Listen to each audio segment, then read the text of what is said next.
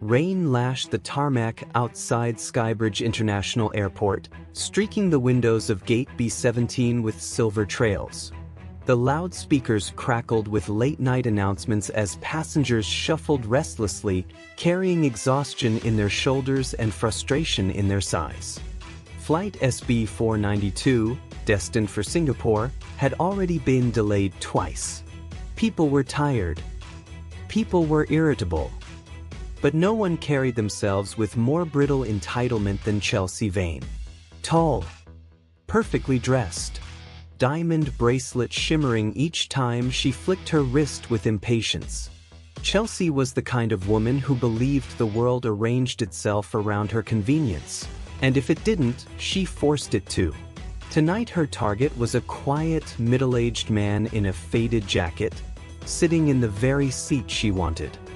At last, after hours of delays, boarding was announced.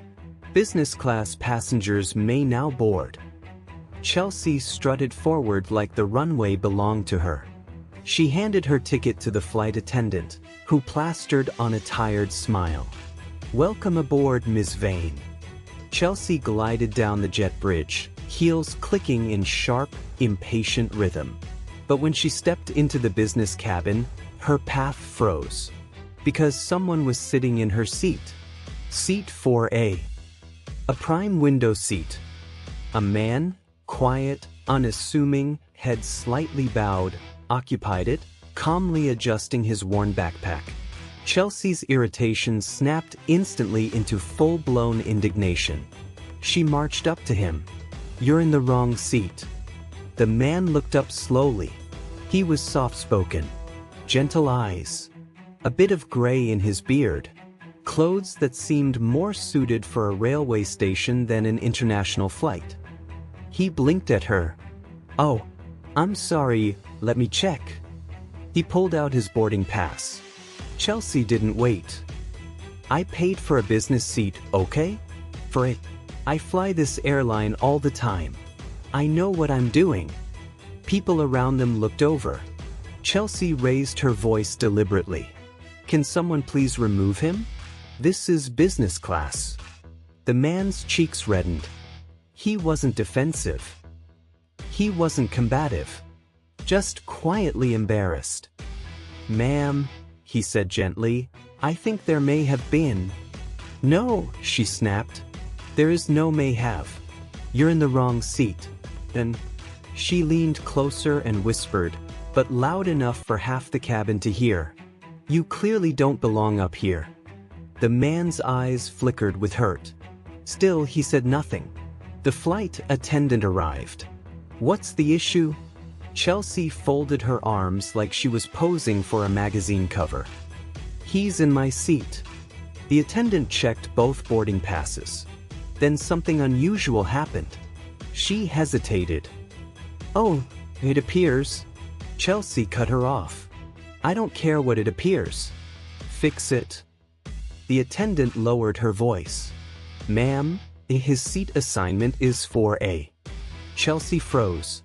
"What?" "Yes, it seems the system upgraded him automatically due to internal reasons."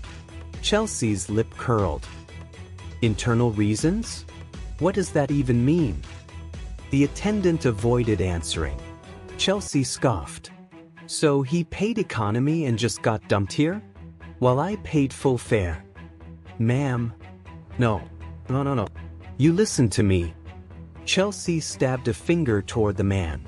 "He doesn't belong in business class. Move him now." Passengers shifted uncomfortably. Chelsea's voice escalated. "This is ridiculous. I shouldn't have to sit next to someone who..." Her eyes swept over his cheap jacket, frayed cuffs, and worn shoes. "Clearly can't afford to be here." The man stared down at his hands. Silent. Dignified. Hurt. The attendant sighed. "Ms. Vane, if you're unhappy with the seating, I can move you instead." Chelsea's eyes blazed. "Move me? Me?" She laughed sharply. "This airline is unbelievable." The cabin watched every second. She grabbed her bags dramatically and stormed to another seat, muttering, "Unbelievable, absolutely unbelievable."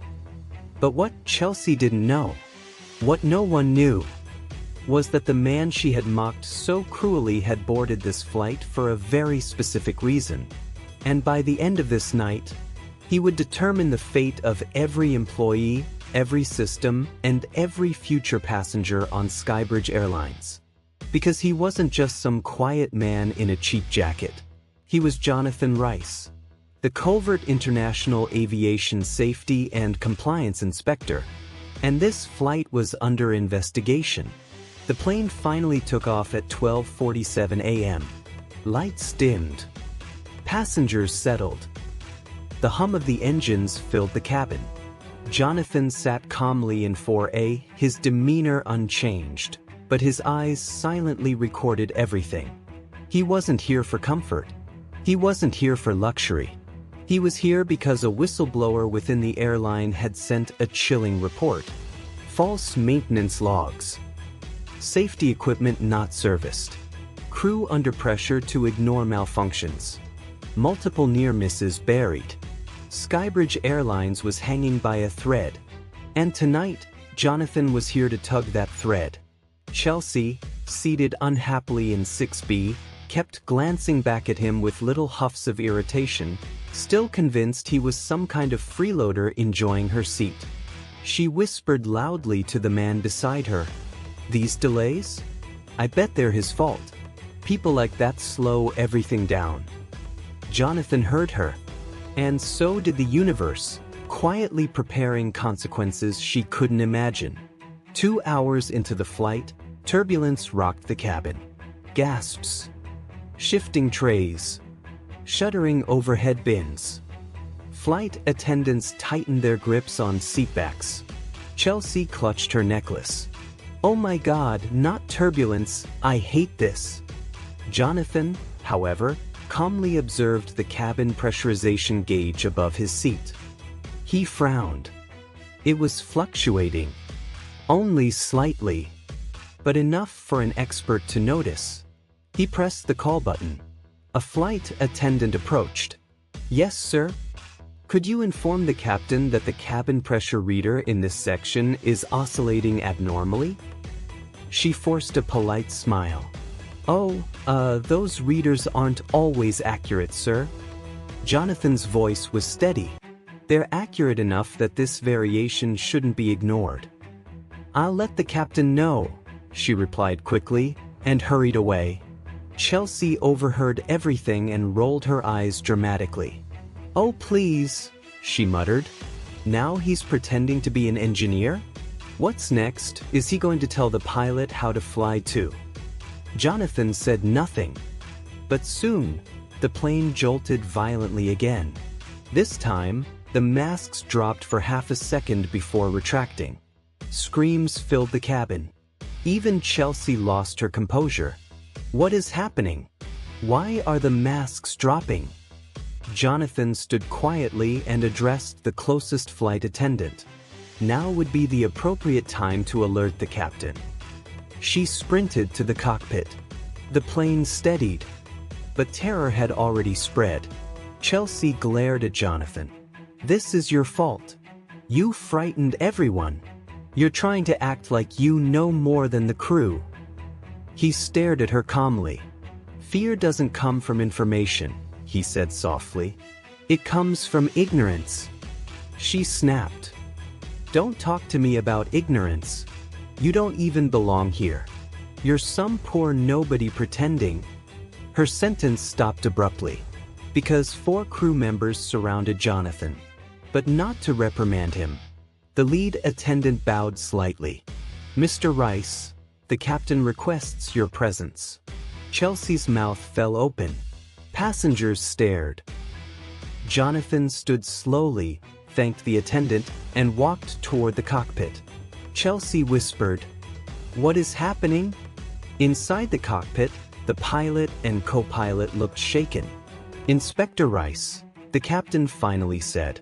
"We didn't know it was you." Jonathan nodded. "That is the point of an unannounced inspection. The co-pilot swallowed hard. "You're here because of the maintenance allegations, aren't you?"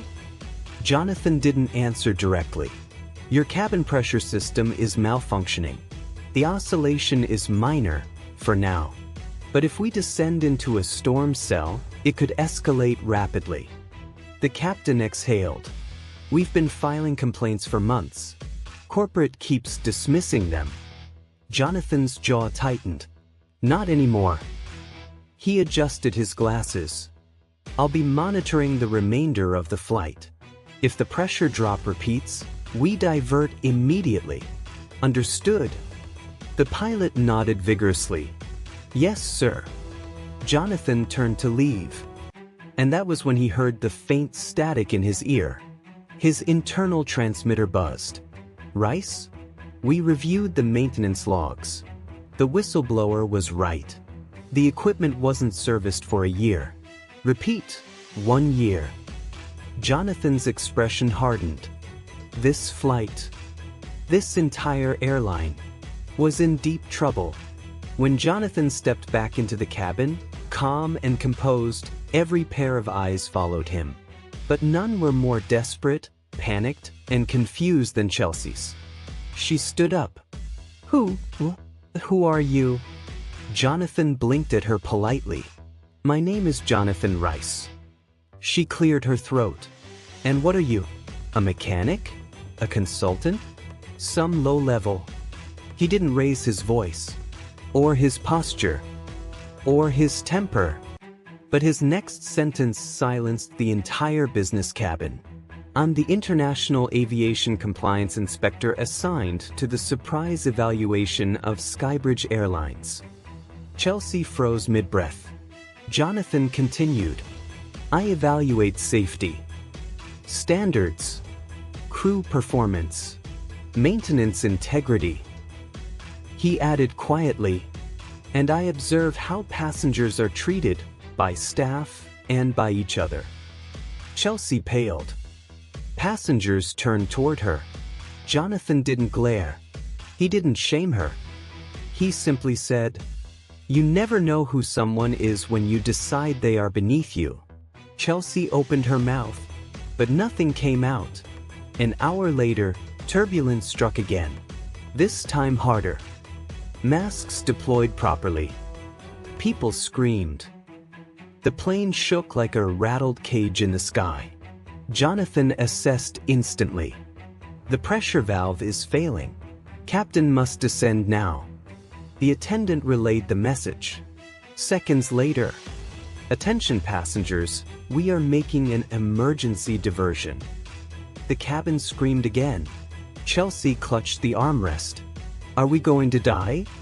Jonathan turned to her. "No. But, he said gently, "you need to breathe." Her eyes filled with tears.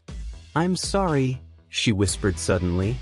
"I'm sorry for how I spoke to you." Jonathan nodded once. It wasn't forgiveness.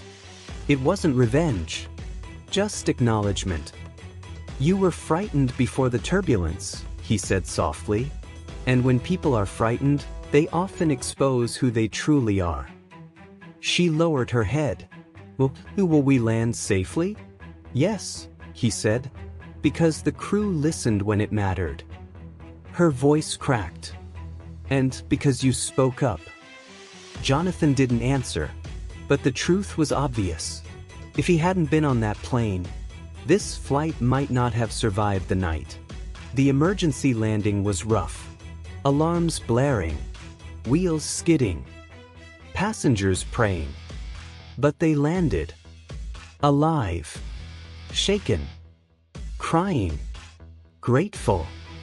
When they disembarked, dozens of passengers thanked Jonathan. The captain shook his hand firmly. "You saved 213 lives." Jonathan's expression remained humble. "I just did my job." But then, the airline's regional manager arrived. Face pale, tie crooked. "Inspector Reiss, we didn't expect." Jonathan handed him a sealed file. "My report." The manager swallowed. "And your recommendation?" Jonathan stared straight into his eyes. Immediate suspension of operations. Full investigation. Mandatory overhaul of safety protocols. And disciplinary action for every executive who ignored maintenance warnings. The manager trembled. This could shut down the entire airline. Jonathan's gaze was steady. Then perhaps it should be shut down. Cameras flashed. News crews rushed forward. The scandal would dominate headlines for weeks. As Jonathan prepared to leave the airport, Chelsea approached him hesitantly. Her voice was small. "Mr. Reiss." He turned. She swallowed. "I learned something tonight." Jonathan tilted his head. She continued. "I judged you. Publicly. Cruelly. And I was wrong." Jonathan waited. "Thank you," she whispered, "for helping save us, even after how I treated you." Jonathan studied her. Then quietly said, "True character isn't revealed by comfort." He stepped past her. "It's revealed under pressure. Remember that." Chelsea nodded, tears falling silently. Jonathan walked away. Not with pride, not with triumph, but with the steady humility of a man who understood what justice really meant. Doing the right thing, even when no one believes you belong.